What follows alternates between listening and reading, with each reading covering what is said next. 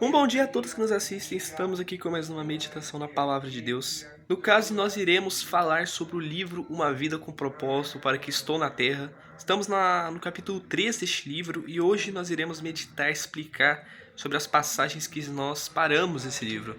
Nós paramos na parte do título, Você foi feito por Deus e para Deus, e até que compreenda isso, a vida jamais fará sentido. O segundo parágrafo que diz assim, primeiramente... se você não acompanhou os outros capítulos, os nossos vídeos estarão disponíveis, principalmente no nosso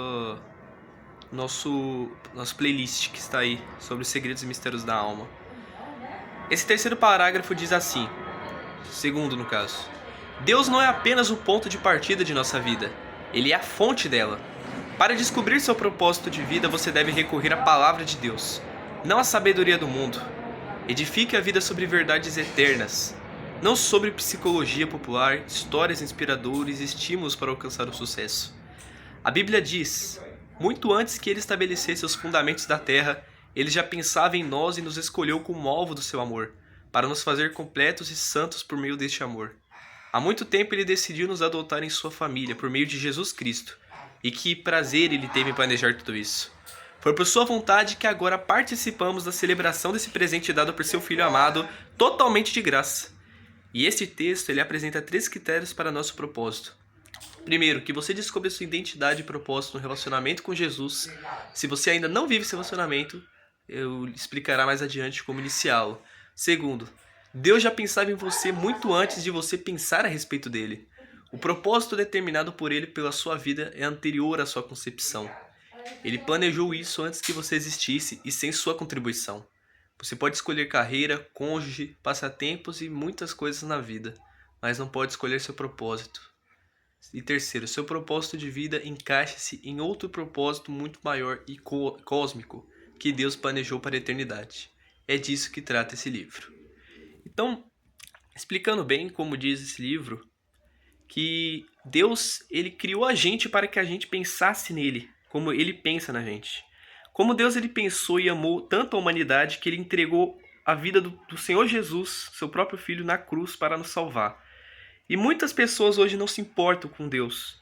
Muitas pessoas estão se preocupando com suas próprias atitudes. Muitas pessoas estão enchendo sua mente com as coisas deste mundo e esquecem de Deus. Mas é incrível que Deus ele nunca esquece da gente. Não importa o que aconteça. Não importa se a nossa mente está cheia de coisas desse mundo. Mas Deus ele ainda vai continuar pensando em nós. Mas existe uma diferença, uma coisa muito ruim para nós. Deus ele continua pensando na gente. Mas se a gente não pensar em Deus, não tem como ter um relacionamento com Deus. Entre o ser humano e Deus. É como se fosse uma barreira que impede isso. É algo que impede da gente pensar em Deus. Porque se a nossa mente já está pensando em outras coisas que estão nos ocupando além do próprio Senhor Jesus, aí a gente, infelizmente, não vai pensar nele. É impossível pensar em Deus se a nossa mente está pensando no mundo. Se a nossa mente está pensando no pecado, nas coisas dessa terra. Então por isso que a nossa mente não pode ser terrena. A nossa mente tem que pensar, a Bíblia diz, a gente tem que pensar nas coisas que são do alto e não nas coisas que são da terra. Porque se a nossa mente pensar nas coisas que são deste mundo, a nossa mente vai estar longe e distante de Deus. A nossa vida vai ficar dia após dia cada vez mais distante de Deus.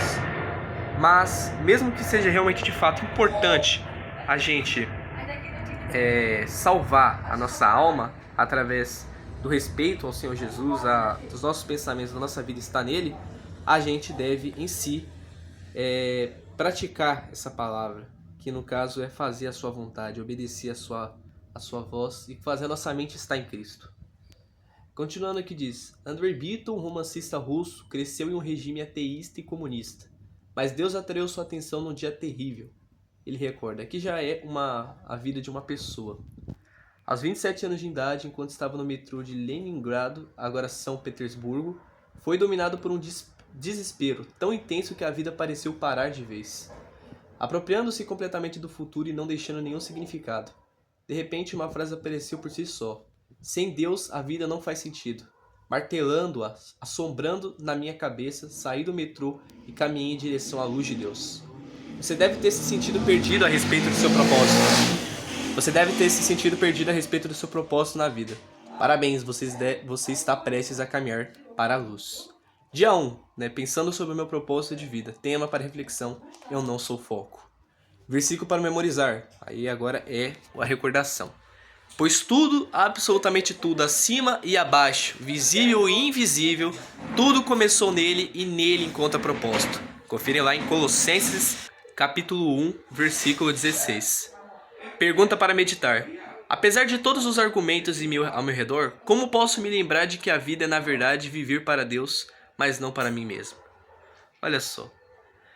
A gente entende que tudo ao nosso redor foca em Deus. As pessoas na época pensavam, por exemplo,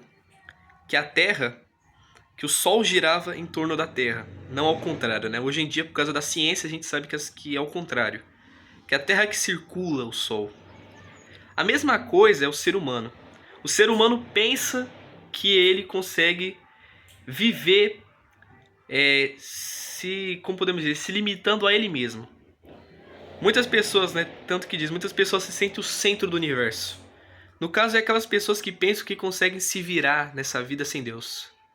Muitas pessoas pensam que podem se virar sem Deus nessa vida, mas acabam descobrindo da pior forma que não. O ateísmo é a maior prova de que as pessoas se imaginam que conseguem viver com suas próprias ideias, se estabelecer com suas próprias ideias.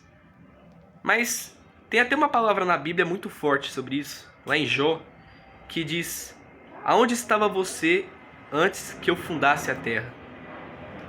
Ou seja, isso aí seria uma palavra de Deus. Aonde a gente estava antes de tudo existir? Há teorias de que o universo se formou por tal coisa, Big Bang e tal, mas ninguém tem essa ideia. De fato, um fato. O cristianismo, ele sendo uma crença, existem fatos comprovados. Existe um fato de que Jesus já existiu.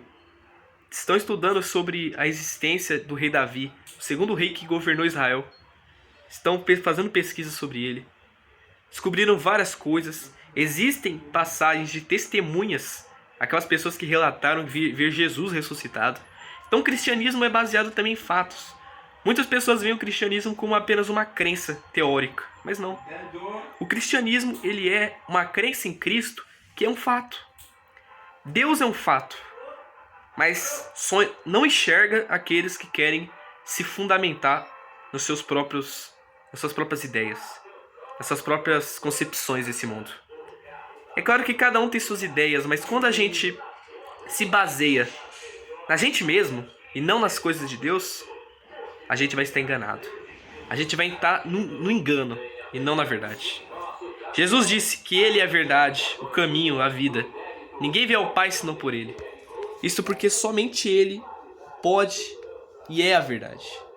Se você não se firmar nessa verdade, se a sua mente não estiver firmada na verdade, que é o Senhor Jesus, então você vai se basear nas coisas deste mundo, que é tudo mentira.